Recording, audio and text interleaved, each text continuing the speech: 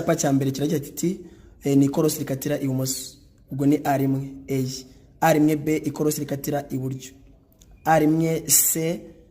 amakorosi akurikirana iribanza ibumoso, cyo kwita ngo ni uruhererekane rw'amakorosi iribanza ibumoso, A1 D uruhererekane rw'amakorosi iribanza iburyo, A2 ni akamanuko gashobora guteza ibyago, A3 akazamuka gashobora guteza ibyago, A4 umuhanda ufunganye imbere, A4 B umuhanda ufunganye imbere uganda gasatira ibumoso, A4 C umuhanda ufunganye imbere uganda gasatira iburyo, A5 no guhingukira ku mwaro cyangwa ku cyambu, A6 umuhanda utaringaniye neza, A7 bisobanura kari ubunyereri, A8 utubuye dutorukira mu muhanda, 9 amabuye ahanuka mu muhanda, 10 ni inzira y'abanyamaguru, nano 11 bisobanura kari ikigo cy'abana cyangwa se ikigo cy'ishuri cyangwa abana, 12 biraza bivuga ngo ni akayira k'amagare, 13 akayira k'amatungo.